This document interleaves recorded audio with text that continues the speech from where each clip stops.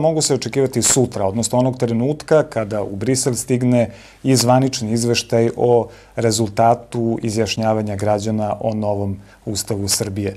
U kontaktu sa ljudima iz kabineta Javijera Solane i komesara za proširenje REN-a, neposredno pred ovo uključenje, zvanična reakcija Brisela na činjenicu da će po svemu sudeći biti potvrđen novi Ustav Srbije, najavljena je za sutra.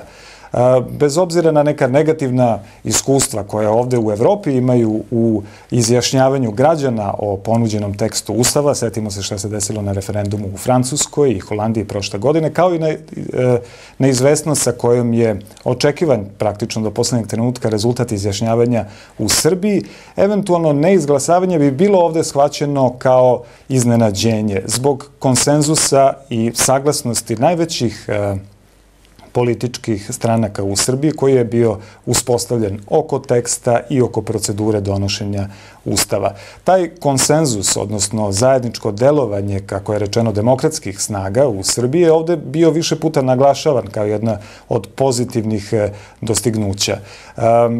Sam Javier Solana je nedavno na sastanku u Luksemburgu pomenuo kao konstruktivan razvoj, kao konstruktivni politički paket, kako je rekao, u Srbiji, nešto što je tada bilo pomenuto u kontekstu eventualnog nastavka pregovora sa Srbijom o stabilizaciji i pridruživanju.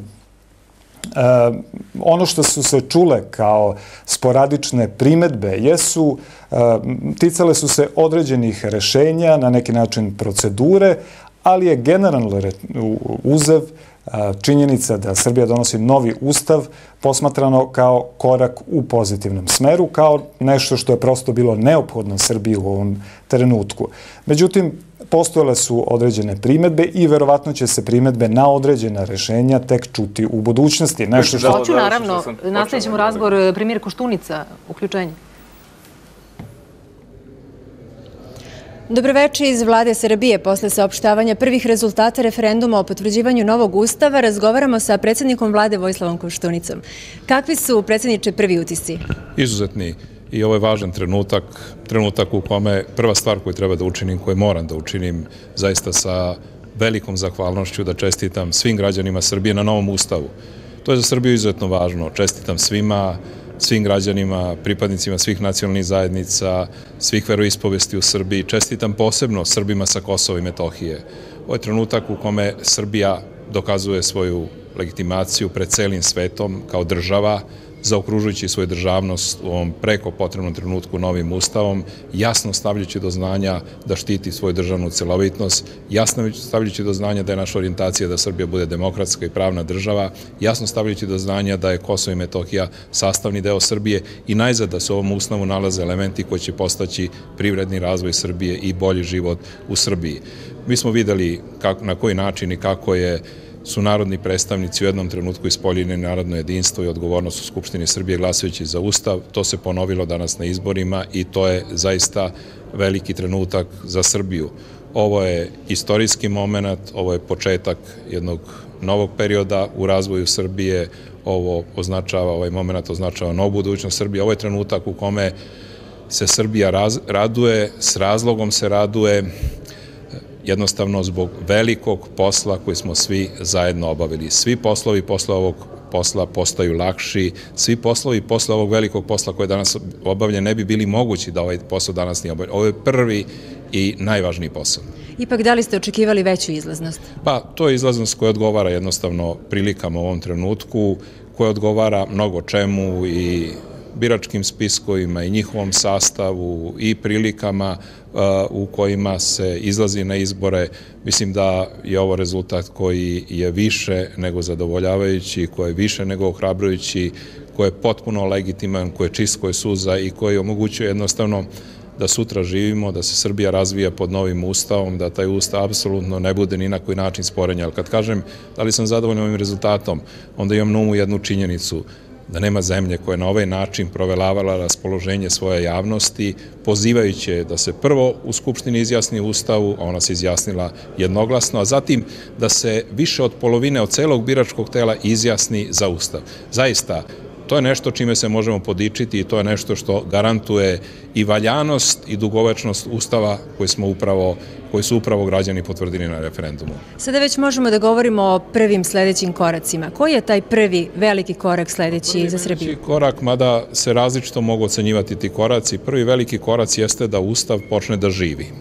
On počinje da živi onog trenutka kad bude proglašen u Skupštini, onog trenutka kad bude donet jedan veoma važan, skoro sastavni deo Ustava, to je Ustavni zakon za sprovođenje Ustava, kada praktično počnu polako da se pred našim očima stvaraju sve te institucije koje su predviđene novim Ustavom. Dakle, mi stvaramo jedan potpuno nov sistem vlasti, nove institucije, ne odmah preko noći, jer nešto će doći malo kasnije, nešto možda neće biti odmah, govorimo o lokalnim izborima, ali ceo sistem počinje da se menja, pravni sistem, zakoni da se prilagođavajući postojećem Ustavu, da se stvaraju nove institucije i mi potpuno stvaramo jedan nov sistem koji nema u sebi ni mešovitosti, ni hibridnosti, ni kontradiktornosti.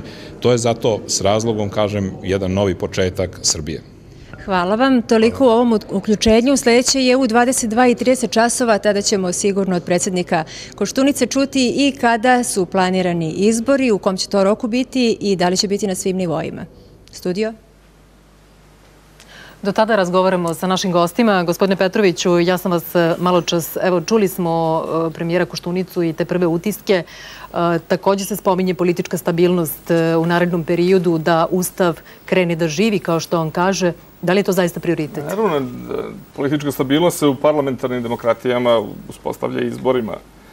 Nije Srbija zemlja koja je u ovom trenutku nestabilna tako što neko neće da uđe u instituciju ili ne poštuje vlast ili bilo je neophodno da se velike političke stranke slože oko teksta predloga Ustava da bi danas više od 50% ljudi izašlo i potvrdilo taj Ustav, ali mi sada ulazimo u jedan redovan politički život i svako ima svoje vrednosti na kojima je utemeljen i svoje poglede na to kako bi Srbija trebalo, kojim putem i kojim pravcem i na koji način tim pravcem da ide. I prekinuli smo ovaj razgovor posle sabornih izjava koje je gospodin Vladeta Janković ovde izneo, što bi bilo u redu da večeras radikali, pre svega Nikolić, ovde nisu na jedan način koji nije samo političko beščašće, već i više od toga, ušao u ovo post-referendumsko doba. A vi ste rekli da ćete se u Skupštini možda oko toga objasniti. Ma gde god, sa Nikolićem gde god. Dakle, sa Tomislavom Nikolićem ovde, u Skupštini, gde god izabere možemo da prozborimo o ovome svemu. Ono šta mislim da je vrlo važno, da Demokratska stranka Srbije, koja se nalazi na čelu vlade još uvek, bilo bi vrlo loše ukoliko oni budu pogodovali ovom kukavičluku radikalskom koji beži od izbora i da treba da svi zajedno donesemo racionalne, prirodne i dobre odluke, a te odluke vode ka izjašnjavanju građana. Ja ne znam šta u jednoj demokratiji može da bude bolje, prirodnije i normalnije nego da građani Srbije posle ovog referenduma dobiju priliku da na izborima kažu šta misle, kako bi Srbija trebalo da organizuje svoj politički i javni život u naredne 4 godine. Hvala vam puno. Jeste hteli nešto da dodate za kraj? Ništa, sve ste rekli. Hvala vam puno. Idemo dalje. Imat ćemo nove goste. Milice? Naravno, a do tada mi nastavljamo emisiju. Podsjetili smo se... Sada imamo novi ustav za dobro Srbije i svih nas.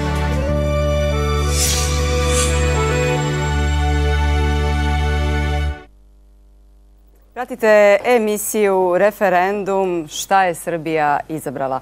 Podsjetili smo se tokom večeri Sretenjskog ustava iz 1835. godine, a 3 godine kasnije, decembra 1838.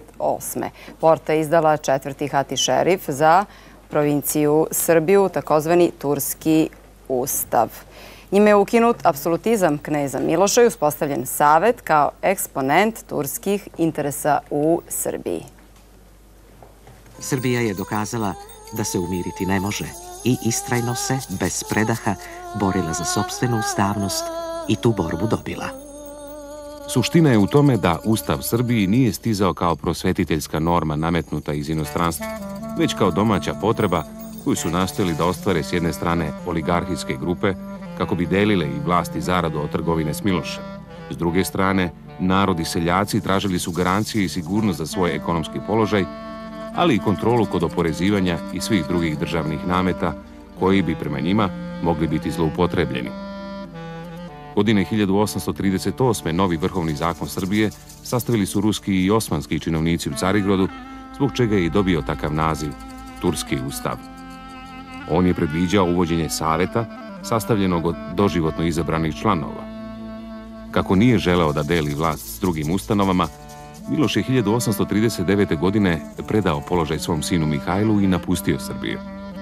Mihajlo je u svojoj prvoj trogodišnjoj vladavini nastojao da oponaša autokratiju svoga oca, pa je zato posle oružane pobune ustavobranitelja, poznatoj kao Vučićeva buna iz 1842.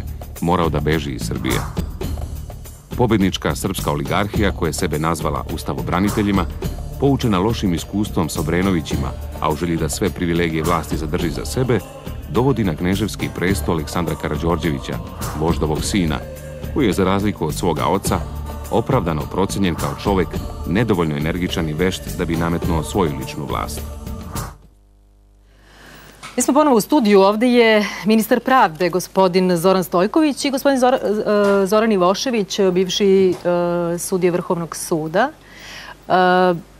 Možemo razgovarati u narednim minutima i o tome, a bilo je određenih primjedaba, kako je pravosuđe u Srbiji regulisano novim ustavom.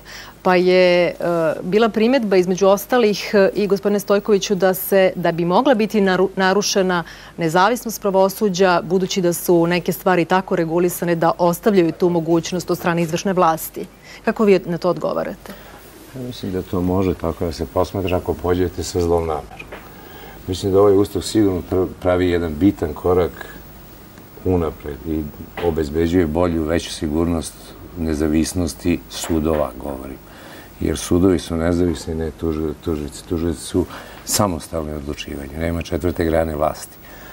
I mi smo i želeći da obezbedimo tu valjanu zaštitu, Visoki savet sudstva uveli kao ustavnu kategoriju da ne bi dolazili u situaciju da se ustavom svaka vlast koja dođe nakon izbora eventualno odluči da menja to.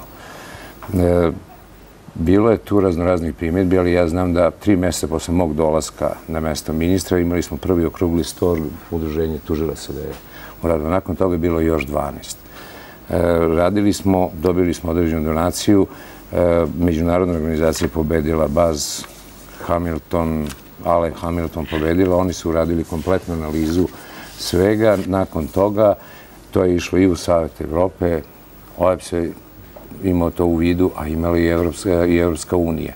Dali smo oba nacrta ustava koji su postojali Venecijanskoj komisiji. Ja sam čak i bio pozvan kao gost. Mislim da je bio profesor Dimitrijević i još jedan gospodin iz Crne Gore.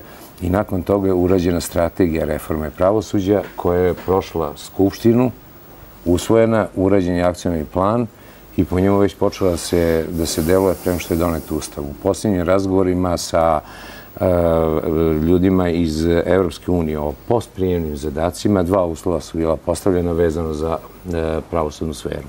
Jedan je da se model koji je usvojen u strategiji reforme pravosuđa unese u ustav, a drugi je bio da se formira takozvano nezavisno antikorupcijsko telo, odnosno Agencija za borbu protiv korupcije. To su bile 2 stvari, jula meseca u posljednjim pregovorima i zahtev Evropske unije. Koliko ja vidim, ovaj deo vezan za strategiju je unet u ustav sa malim izmenama vezanim za Vojvodinu. Neke stvari očigledno napravljaju neki politički dogovor, ali one osnovne stvari su ostale. Čak smo položaj tužilaca u jednom određenom smislu pojačali, jer više nema izbora na određeno vreme zamjenika, nego trajno i to državno veće tužioca. Pa nema reizbora sudija. Ali se ostavlja mogućnost za... Pa nema, ustav ne reguliše pitanje reizbora. To može eventualno... Voljom naroda u celoj Srbiji. I ovo je prilika da kažemo da se možda moglo drugačije, ali izabrali smo najteži put, najstrožije kriterijume, najveću prepreku da preskočimo, a to je da se i narod izjasni o ustavu na referendumu. Da se izjasni na taj način da većina od upisanih birača glasa za taj referendum. To je način na koji se ustavi u svetu ne potvrđuju. To je put koji dokazuje da je Srbija i na ovaj način potvrdila da je demokratska država. Veoma je to važno zato što ovaj ustav neće sutra biti predmet osporavanja, neće biti pripisivan jednoj ili drugoj stranci, neće biti pripisivan jednoj određenoj vladi, neće biti pripisivan jednoj određenoj ličnosti, već će imati samo jednu ličnost koja stoji iza njega, to je narod Srbije. I narod Srbije je to večeras pokazao i zato je ovo veliki čas, veliki trenutak za Srbiju, zato je ovo zaista u doslovnom smislu reči pobeda Srbije. Sa ovim ustavom sve je lakše. Sa ovim ustavom vidjet ćemo kako se postepeno izgrađuju nove institucije, kako se one stvaraju, kako počinje ustav da živi svojim punim životom onog trenutka kada te institucije nastanu na izborima koji će biti održani, sa novim zakonima koji će upotpuniti postojeće zakone za koje ćemo sigurno moći reći da proizlaze iz novog ustava.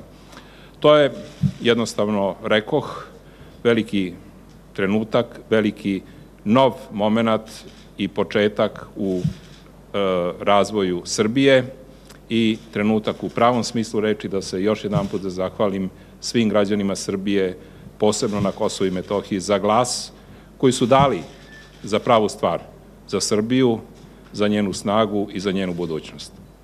Izvolite. Doneli smo dobru odluku. Sada imamo novi ustav za dobro Srbije i svih nas. Upravo smo dobili i prvo obraćanje predsjednika Srbije Borisa Tadića nakon potvrđivanja novog ustava Srbije. Dobro, sva je prilika da je referendum o Ustavu Srbije uspeo i da je građanstvo Srbije, da su građani Srbije, skoro 4 miliona građana Srbije, da je glasalo za novi ustav. To je jako dobra vest i čestitam građanima na toj odluci i na novom ustavu. Istovremeno očekujemo od nadležnih institucija Republičke izborne komisije da učini sve u proceduralnom smislu kako ne bi ni trunka sumnje na ovaj referendum pala. Smatram da su građani faktički odlučili da daju podršku i evropskoj Srbiji i da jedan posao ostavimo iza nas. To je posao donošenja novog ustava. Volao bih kada ne bismo previše slavili u ovome danu, nego kada bismo već mislili o sutrašnjim obavezama. Ogroman posao je pred nama. Za mene lično moram da kažem da je najveća vrlina ovog novog ustava što smo ostavili Miloševićevo doba iza nas. I to doba koje nas nije proslavilo ni kao zemlju, ni kao narod i što se otvara jedna nova mogućnost za Srbiju, Srbiju budućnosti. Upravo zbog te Srbije budućnosti moramo da poklonimo pažnju danima koji dolaze, moramo da imamo nove izbore, da doprinesemo ne samo ustavom, nego i novom demokratskom vladom našoj političkoj stabilnosti i da time doprinesemo i našim građanima, čitavom regionu i Evropi u kojoj u stvari želimo da budemo na kraju ovog političkog puta. Naš politički cilj nije samo ustav, naš politički cilj, krajnji politički cilj jeste evropski život, bolji život naših građana i konačno članstvo u Evropskoj uniji.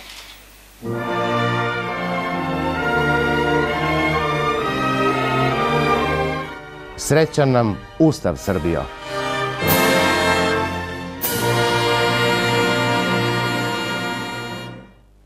Evo nas ponovo u studiju. Gosti su Zoran Stojković i Zoran Ivošević.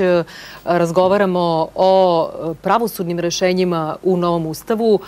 Kolega je započeo. I predlozima zapravo rešenja koje će biti potvrđeni. Ja nisam završio samo ovu rečenicu. U sadašnjem zakonu predviđeno da Ustavni sud bira, znači čist sudski organ za Visoki savet. Mi smo imali grdne muke da im objasnimo da to nije Visoki savet Vrhovnog suda, nego Srbije. Sad zato ga i menjamo, uvodimo sudije tajnim izborom. Vojislav Koštunica čestitao je večeras građanima potvrđivanje novog Ustava Republike i naglasio da je to istorijski trenutak i novi početak Srbije.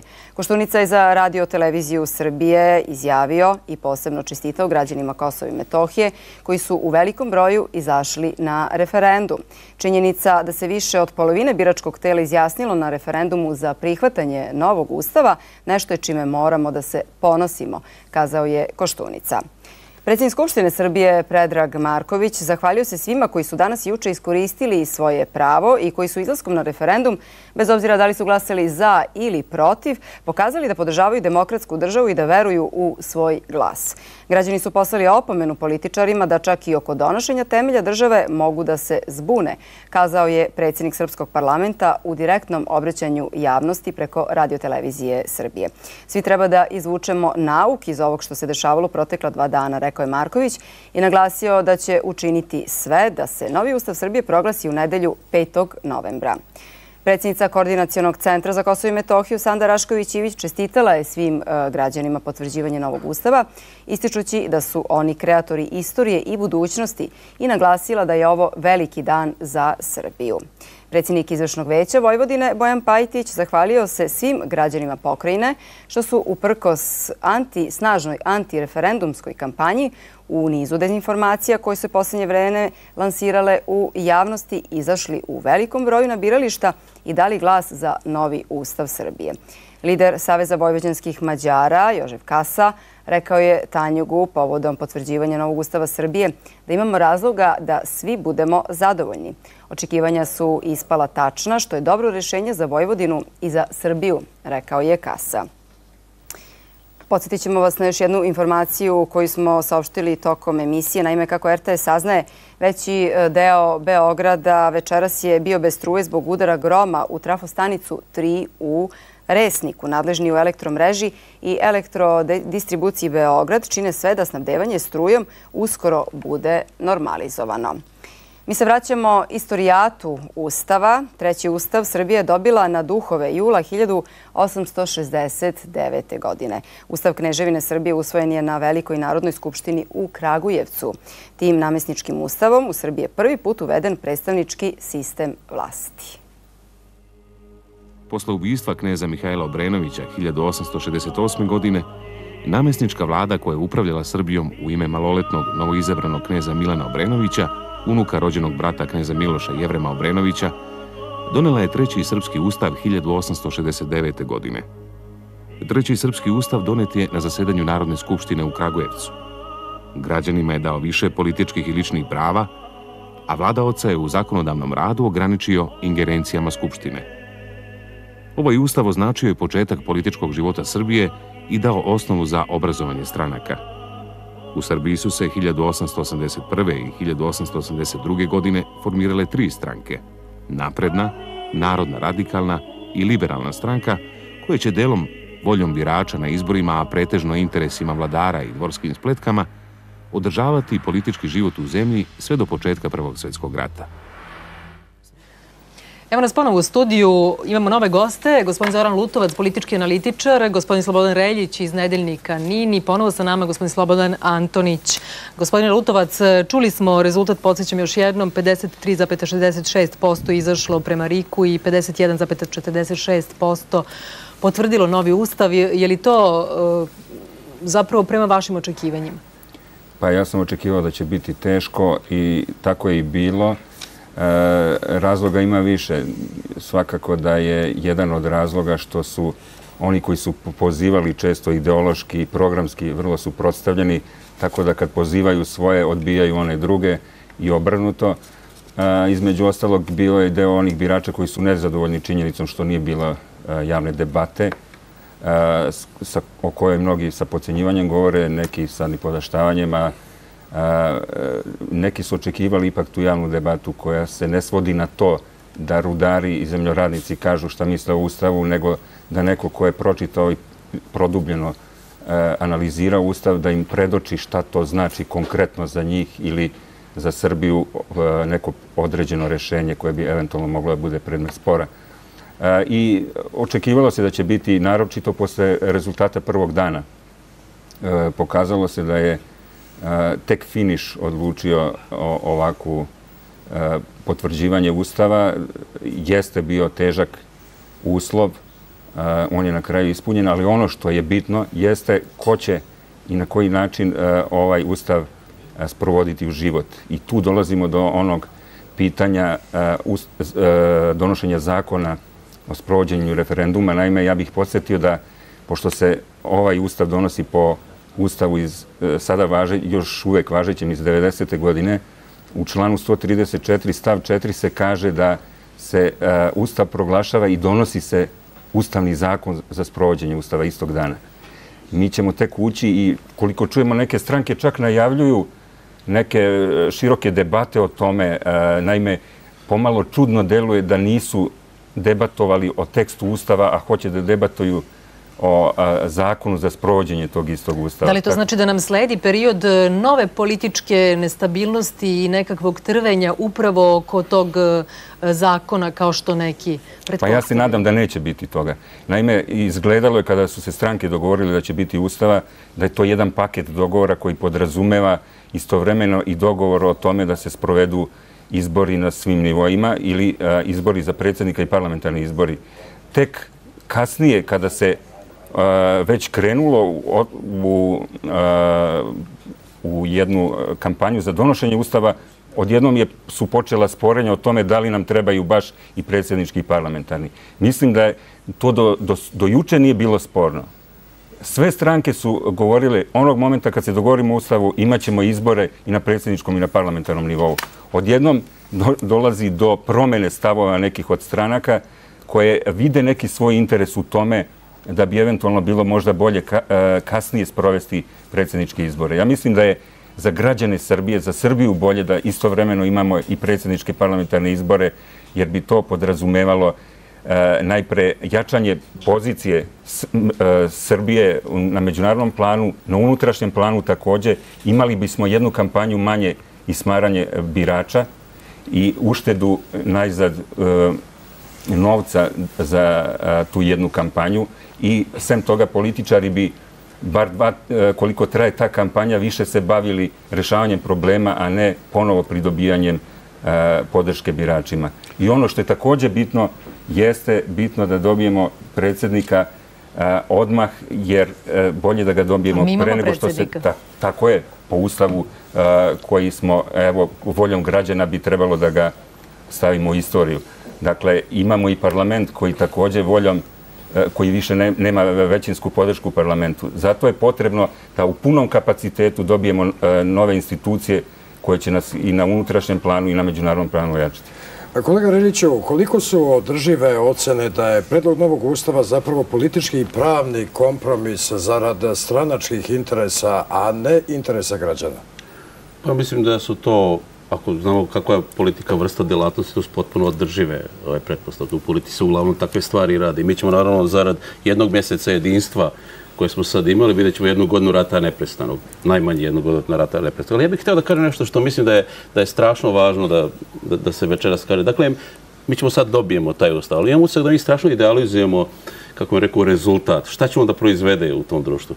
Mi sad imamo, nije loše da se pogleda šta se zbiva u istočnoj Evropi koja je stigla tamo gdje mi tek namjeravamo da stignemo. Dakle, taj Ustav donosi nešto, ja mislim da je rezultat da 50% ljudi da je bilo potpuno nezainteresovano. Da nismo imali ovakvu kampanju u kojoj je izašlo, u kojoj patrijarh koji nikad nije glasao mora da izađe da glasa, a mora da se izađe teniser da se uključi u kampanju i tako dalje. Mi bi vjerojatno taj rezultat bio mnogo slabiji. E sad, dakle, to društvo u koje mi ulazimo, dakle, to nije nikakvo idealno društvo. To je društvo koje donosi, u koje ja mislim da ovaj narod već osjeća sve probleme koje to društvo donosi. To je društvo velikih socijalnih razlika.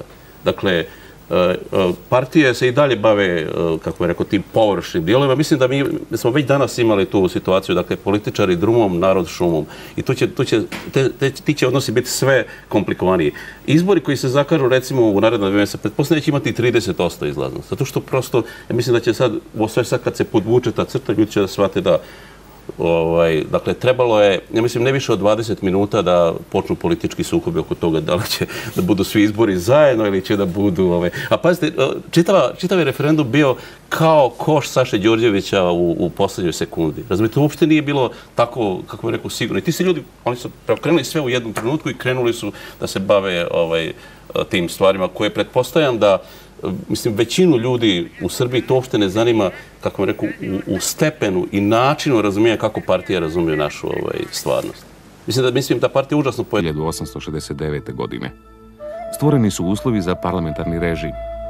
Istoričar Jovan Milićević ovom vanrednom događaju koji je suštinski i trajno demokratizovao politički život u Srbiji, kaže: Uoči svoje abdikacije 1888. godine, u korist svog maloletnog sina Aleksandra, kralj Milan je bio rešen da pre odlaska iz zemlje da zemlji jedan slobodouman ustav, kakav je dotle retko ko od njega mogao očekivati, a u saradnji sa predstavnicima postojećih građanskih stranaka, radikalne, liberalne i napredne. Tim ustavom bile su konačno obezbeđene i bliže određene političke slobode i pooštrena ministarska odgovornost. Narodna skupština je dobila pravo zakonske inicijative, a izbori su postali svuda neposredni. Bile su predviđene i opštinske, sreske i okružne samouprave. U odnosu na Narodnu skupštinu, prava vladara bila su znatno sužena. Srbija je ustavom od 1888. godine dobila konačno jedan evropski građanski parlament sa znatnim kompetencijama, ali je u praksi ostala uglavnom jaka državna i dvorska vlast. U to vreme u zemlji je bilo dovršeno formiranje građanske inteligencije i građanstva uopšte. Tako je Srbija dobila jedan od najnaprednijih ustava u Evropi, koji nije bio samo rezultat neposrednih političkih prilika i pojedinačnih odluka, nego i posljedica zbirnog i dugogodišnjeg zahteva seljačkih masa za Narodnom skupštinom, bez obzira što je ta saborna, tradicionalna ustanova imala sasvim drugu ulogu u turskim vremenima. Sa nama je ponovo gospodin Đorđe Vukadinović, politički analitičar i glavni urednik Nove srpske političke misli, i dalje sa nama gospodin Branković. Hajde za kraj da vidimo koje su pouke i koje su poruke i referendumske kampanje i ovakvog potvrđivanja Ustava za budućnost. Govorili ste o opomenama, govorili ste o nacionalnom jedinstvu, o stranačkom konsenzusu i tako dalje. Mislim da je mnogo pouka, ali ono što smo mogli vidjeti povremeno i u ovom studiju, pola sata, tako, nakon zatvaranja kutija, ne daje baš mnogo, ostaje mnogo prostora za optimizam u tom smislu da će pouke biti izvučene.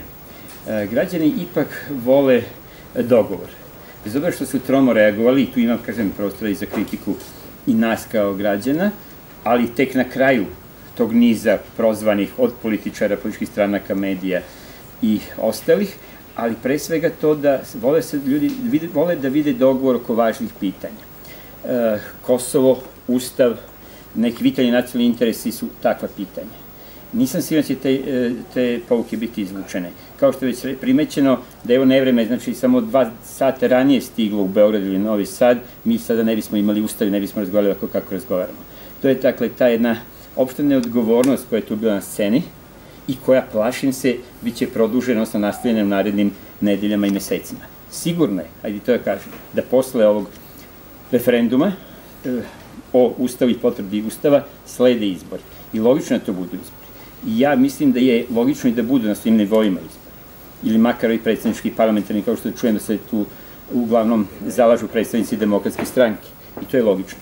Ali termin ili citiranje terminom izbora, u ovom trenutku kada, znači, još se ni kutije nisu ohladile, kako ja kažem, i ovo što je zaista srećeno, u posljednji čas uspeo da prođe ovaj Ustav i da bude potvrđen, mislim da, kažem, ne daje mnogo optimizma i ne ostavlja mnogo prostora za nadu da su neke pouke izvučene.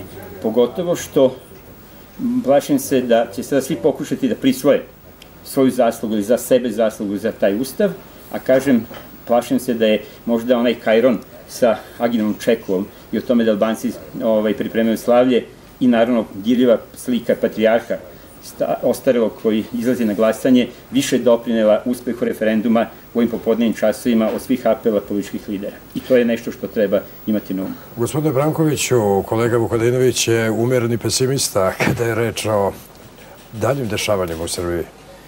Pa dobro, ja u ovoj oceni moram da kažem, znači, naravno, moglo je mnogo bolje da su malo skladnije delovali političari i ozbiljnije shvatili ovaj problem, ali je činjenica da je moglo i mnogo gore i da nije došlo do usvajanja Ustava, stvarno teško i pretpostaviti šta bi se dešavalo.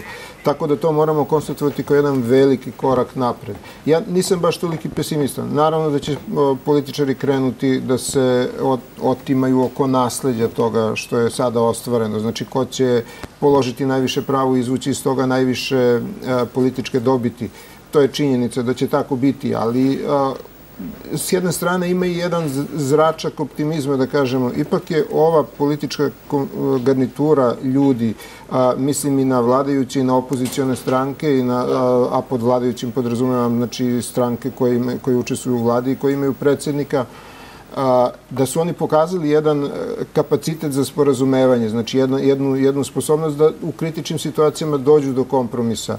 I ja verujem da će naravno biti tu i tamo sukoba, nesuglasica, trzavica, da će oni biti dublji ili plići, ali da će se na kraju ipak nekakav dogovor morati da postigne. Ja mislim da će se složiti gospodin Vukadinović, a i vi, Srbo, da je ovo ipak istorijski dan, jer ovo je prvi srpski ustav posle 103 godine. Nema nikakve sumnje. Ja kažem, ljudi imaju i ovakve i onakve primetbe, neke sa dobrim razlogom, neke bez razloga, ali ja ne znam da je u novoj političkoj istoriji srpskoj postignut neki takav konsenzus, znači da praktično sve relevantne stranke su se složile oko njega. To čak nije bilo ni u oči Prvog svjetskog rata kad je situacija bila vrlo jasna.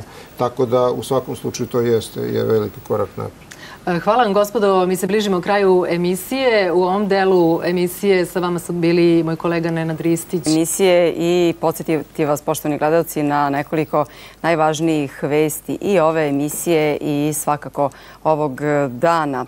Na osnovu obrađenih 110,6% biračkih mesta na referendum je izašlo 53,66% ukupno upisanih birača, saopštila je Republička izborna komisija. Za novi ustav je glasalo 51,46% birača. Prema saopštenju RIK-a, tokom dvodnevnog izjašnjavanja građana nije bilo većih nepravilnosti koje bi mogle da utiču na ispravnost referendumskog procesa. Novi ustav Srbije potvrđen je na referendumu, pokazuju i preliminarni rezultati CESID-a na osnovu obrađenog 90% reprezentativnog uzorka. Odziv na referendumu za potvrđivanje ustava bio je 53,3%, a za ustav je glasalo 51,4% ukupnog broja birača, odnosno oko 94.000 ljudi više nego što je zakonski minimum, ukazuju rezultati CESID-a. Za potvrđivanje novog ustava Srbije na dvodnevnom referendumu na Kosovu i Metohiji glasalo je 88,47%, odnosno 89.761 glasač, dok je protiv usvajanja bilo 0,51% ili 514 glasača, rekla je večeras koordinator Centra za slobodne izbore i demokratiju Milena Jakšić. Prema podacima koordinatora Republičke izborne komisije za Nišavski okrug, u Nišu je na referendumu glasalo 51,57% biračkog tela, u Gadžinom Hanu 60,74%, Merošini 75%, Svrljigu 58%, Ražnju 55%, Aleksincu nešto više od 50% i Doljevcu čak 85%. U Vranju, prema prvim podacima opštinske izborne komisije, na osnovu 22 obrađena glasačka mesta, izašlo je 74,8% birača. U Vladičinom Hanu 55,81%, a u Surdulici 64%.